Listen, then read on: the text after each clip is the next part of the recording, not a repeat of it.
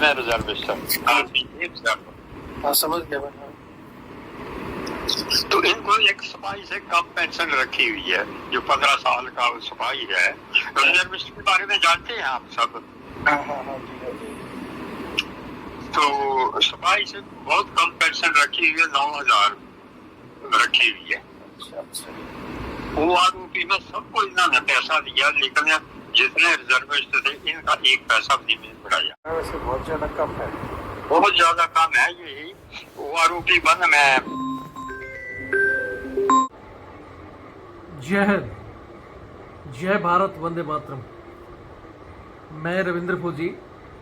साथियों, अभी मेरे पास एक बुजुर्ग का फ़ोन आया जो कि भारतीय सेना के सिपाही हैं। उन्होंने कहा कि सब OROP में सब लोगों की तनख्वाहें बढ़ गई, रोज़ नई नई टेबलें जारी हो रही हैं, लेकिन हमारी पेमेंट क्यों नहीं बढ़ाएगी। तो यहाँ मैं आपको बता दूं कि ये हमारे रिजर्व सैनिक जो पहले 7 साल के बाद भेज दिए जाते थे और उनको रिजर्व रखा जाता था कि भाई लड़ाई होगी तो आपको बुलाया जाएगा, और इस तरह उनको साल में एक बार ट्रेनिंग के लिए बुलाया जाता था, और जैसे उनकी 15 साल हो जाती थी तो उनकी पूरी पेंशन हो जाती थी। अब जैसे इन्होंने बताया कि हमारी 2006 तक लगातार जो आज के 15 साल के सिपाही हैं, जवान हैं, उनके बराबर हमारी पेमेंट थी, लेकिन अब OROP के अंदर उनकी जो पेमेंट है वो बेसिक सिर्फ 9,000 ही है, और उसमें कोई भी रुपए भी नहीं बढ़ाएगा, 1 रुपया भी। तो मैं ये वीडियो में चाहता हूँ कि हमारे माननीय प्रधानमंत्री जी, रक्षा मंत्री जी तक ज़रूर पहुँचे, ताकि उन सैनिकों को भी लाभ मिले। और एक चीज़ कहता हूँ कि हमेशा, चाहे सरकार कांग्रेस की रही हो, बीजेपी की रही हो, कहीं भी सेना में बाहर कहीं भी कोई मार खाता है तो बेचारा सिपाही, क्योंकि उस सिपाही की कोई आवाज़ नहीं उठाता। जहाँ भी ये कमेटियाँ गठित होती हैं, ये पेंशन बढ़ाने की जो भी सिफारिशें लागू होती हैं, वहाँ सिपाही का कोई भी नुमाइंदा होता नहीं है, और इसलिए वो सिपाही बेचारा मार खा रहा है। अब आज के जवान की, सिपाही की, नायक की, हवलदार की, जेसू साहब की पेमेंट क्या है, और वो रिजर्व सैनिकों की मतलब हमारे से आधी भी नहीं है। और फिर कह रहा हूँ कि सिपाही की आवाज़ नहीं उठाता। हिंदुस्तान का सिपाही हमेशा से इसी बात से गड्ढे में गया है। जब अंग्रेज यहाँ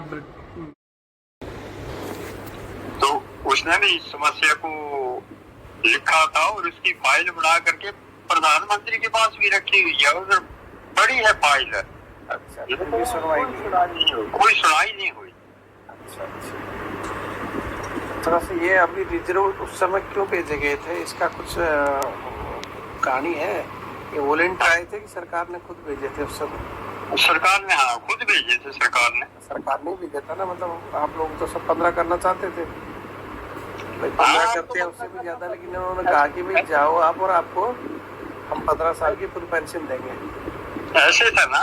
सुनो, मैं आपको पूरी बात बताता हूँ। पूरी बता दो सर। उस वक्त जो भर्ती होते थे, मैं 59 का भर्ती हुआ हूँ। जी जी। उस वक्त जो भर्ती होते थे उनकी पेंशन के ऊपर ही लिखा जाता हर आदमी के 7 और 8। ये 7 साल तो रेगुलर करनी ही करनी है। अच्छा। और उस वक्त फौज रिजर्व में रखी जाती थी। तो अगर जरूरत पड़ी गवर्नमेंट को तो 7 साल से लेकर 11 साल 56 दिन तक भेज सकते थे वो। अच्छा। 11 साल 56 दिन हो गए तो उसके बाद रिजर्व नहीं भेज सकते थे, कानून था उनका बनाया हुआ। तो अब उसके बीच जो पीछे फौज थी पहले रिजर्व भेजी हुई थी, उनकी जब 15 साल हो जाती थी तो उनको पेंशन हो जाती थी, और उनकी जगह और दूसरे भेज देते थे रिजर्व। उनका वो हिसाब था, जिनकी 11 वो पहले भेजना है, 10 वाले 9, 8, 7 ऐसे करके जितनी उन्होंने रिजर्व रखनी है वो भेज देने हैं उतने। अच्छा, इस बीच में क्या होता था ये सब? जैसे मान लो कोई आदमी 7 साल में आ गया और 8 साल रिजर्व हुआ, उस टाइम पीरियड के दौरान उसको पेमेंट वगैरह कुछ दी जाती थी? हाँ, पेमेंट 20 रुपए महीने का पेमेंट देते थे। उस समय वो जो ड्यूटी वाला होता था उसको कितनी मिलती थी? उस वक्त ड्यूटी वाला जो होता था उसको तो मिलती थी, यानी पे जो है सर्विस रेगुलर जो है उधर, उसको तो उस वक्त तकरीबन 65 या 70 रुपए बेसिक थी उनकी उस वक्त। अब जब मैं आया हूँ उस वक्त मेरी भी शायद 65 या 70 रुपए तो बेसिक थी मेरी 67 में। अच्छा अच्छा। हाँ 67 में मैं आया हूँ। तो 67 में आपको भेजने के बाद में ये जो बीच में लड़ाई हुई थी उसमें बनाया कि नहीं बनाया आपको? उसके बाद ऐसे होता था, शाम के बाद ये ट्रेनिंग के लिए बुलाते थे। ट्रेनिंग के लिए सेंटर में जाते थे, जितने भी रिजर्विस्ट थे सेंटर में जाना, उन्होंने फायर वगैरह जो भी एक्टिविटी है जयपन की वो सब 1 महीना करानी, 1 महीने की पूरी पे देनी। अच्छा। उसके बाद फिर घर भेज देने। तो जब तक उनकी 15 साल की हो जाती है, उस दौरान अगर लड़ाई लगती है तो वापस बुलाते थे। आपके बीच में एक लड़ाई आप 67 में आए थे? 65 तक तो खैर हम ऐसे ही थे, जो 71 में जो हमारे से पहले रिजर्व गए हुए थे वो 62 की लड़ाई में भी आए, 65 की लड़ाई में भी आए। उसके बाद 65 के बाद जो चले गए 71 की लड़ाई लगी तो उसमें भी आए। 71 वाली में आप गए थे? हाँ 71 वाली में मैं खैर उसमें उस वक्त दूसरी पोस्ट पे चला गया था BSF में, तो हमने उधर ही अटेंड की थी। बांग्लादेश में हम लड़ाई में थे, लेकिन हमने भी आया था, बुलावा आया था बुलाएंगे तो, लेकिन जो किसी फोर्स में थे उनको नहीं बुलाते थे क्योंकि उनकी ट्रेनिंग चलती रहती थी। और जो घर में होते थे या प्राइवेट नौकरी में है उनको बुलाते थे और उनकी ट्रेनिंग करवाते थे 1 महीना। अच्छा अच्छा। 15 साल हो गए तो 15 साल के बाद हमें भी पूरी पेंशन लगी। 15 साल एक सिपाही को मिलती थी तो 15 रुपए हमें मिलती रही।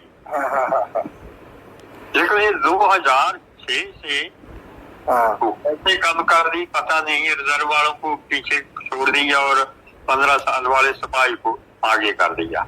अच्छा अच्छा। उसके बाद आज तक इन्होंने जैसे अभी वो आरोपी हुआ तो 15 साल वाले की अलग की, 17 वाले की अलग की, जैसे नायकों की 21 22 ऐसे करके अलग अलग थी। आपको ये तो पता ही है। लेकिन आपको मतलब आपको उस कैटेगरी में नहीं लाया? नहीं लाया गया, हमें इस कैटेगरी पे लाया ही नहीं। रिजर्व वालों को कम से कम उनको 1000 रुपया बढ़ाई है तो 500 तो बढ़ने चाहिए, उनको 2 मिली तो 1000 तो बढ़ने चाहिए। उसकी कोई सुनाई नहीं की ना। नहीं, हम अपील करेंगे कि जो कम से कम जो 15 साल का जो आपको पहले दिया जाता था बराबर, तो वैसे ही आज भी 15 साल के बराबर वालों की गवर्नमेंट पेंशन देनी चाहिए। वैसे भी मेरे हिसाब से रिजर्व वाले बहुत कम बच्चे होंगे जहाँ तक उम्मीद है अभी। हाँ अभी तो बहुत 80 के ऊपर ही हो गए हैं तकरीबन, या कुछ नहीं हुआ होगा तो 80 के करीब ही है।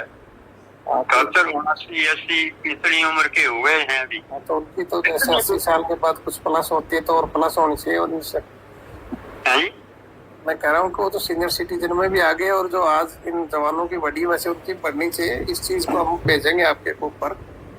हाँ यही बात मैं कह रहा था कि आप अगर उसमें जैसे वीडियो चलाते रहते हैं। चलाऊंगा मैं आपकी आवाज को भी चलाऊंगा और मैं भी डालूंगा। ठीक है सर। ऊपर तक पहुंचे, प्रधानमंत्री गवर्नमेंट तक बात पहुंचे कि क्यों ऐसा कर रहे हैं। बिल्कुल बिल्कुल आपके साथ ये मतलब बिल्कुल नाइंसाफी है और इसको हम जरूर पहुंचाएंगे ऊपर साथ। रिजर्विस्टों की फैमिली है उनको भी ऐसे ही कर रहे हैं, उनका भी कम ही रखा है। बाकी फैमिली को कितना मिल रहा है उस समय वाली जो फैमिली है उनको? जो फैमिली है रिजर्विस्टों की उनको भी कम इसी हिसाब से दे रहे हैं जो रिजर्विस्टों को देते हैं। बाहर राज करते थे उस समय अंग्रेज सिपाही की और उनके सब लोगों की तनख्वाह ज़्यादा थी लेकिन इंडियन सिपाही की कम थी। और आज भी सिपाही की तनख्वाह जो है उसका कारण यही है कि हमारी आपसी फूट है। हमारे टुकड़े हम जवान जैसे अफसर इस तरह अलग अलग बांट दिए गए और आज भी हम वही हमारा एक कल्चर अपने आप को ब्रिटिश समझता है।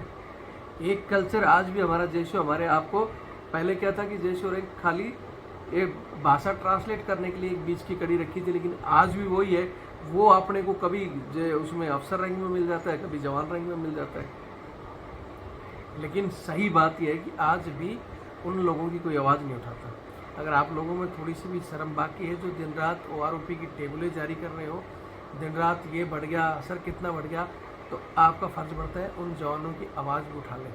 आपके अगल बगल में मात्र कुछ एक लोग ही बचे हैं जिन्होंने लड़ाई लड़ी है 65 की 71 की, असली हकदार हैं वो, लेकिन वो नहीं मिल रहे। वो कांग्रेस के टाइम से भी और आज बीजेपी भी आ गई, देशभक्त सरकार, लेकिन उनकी तरफ कोई ध्यान नहीं दे रहा।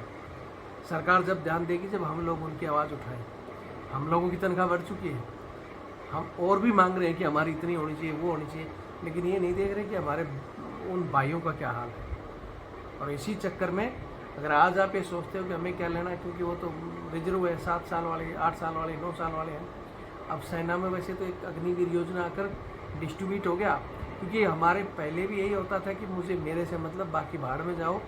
अग्निवीरों के ऊपर जो योजना थोपी गई, जो आज उनकी हालात हैं और कोई नहीं बोला, उसकी वजह से आगे आने वाले भविष्य में आज के जो आरोपी और ये ढूंढ रहे हो ना, आप लोग इन्हीं रिजर्व सैनिकों की तरह एक दिन रोओगे अगर आज इनकी आवाज़ नहीं उठाते। तो भविष्य में आपकी कोई नई स्कीम आ जाएगी और आप बिछड़ जाओगे और फिर आप रोओगे कि साहब हमारी ये है। तो प्लीज़ इस आवाज़ को शेयर करें हमारे रक्षा मंत्री और प्रधानमंत्री जी तक। जय हिंद, जय भारत, वंदे मातरम।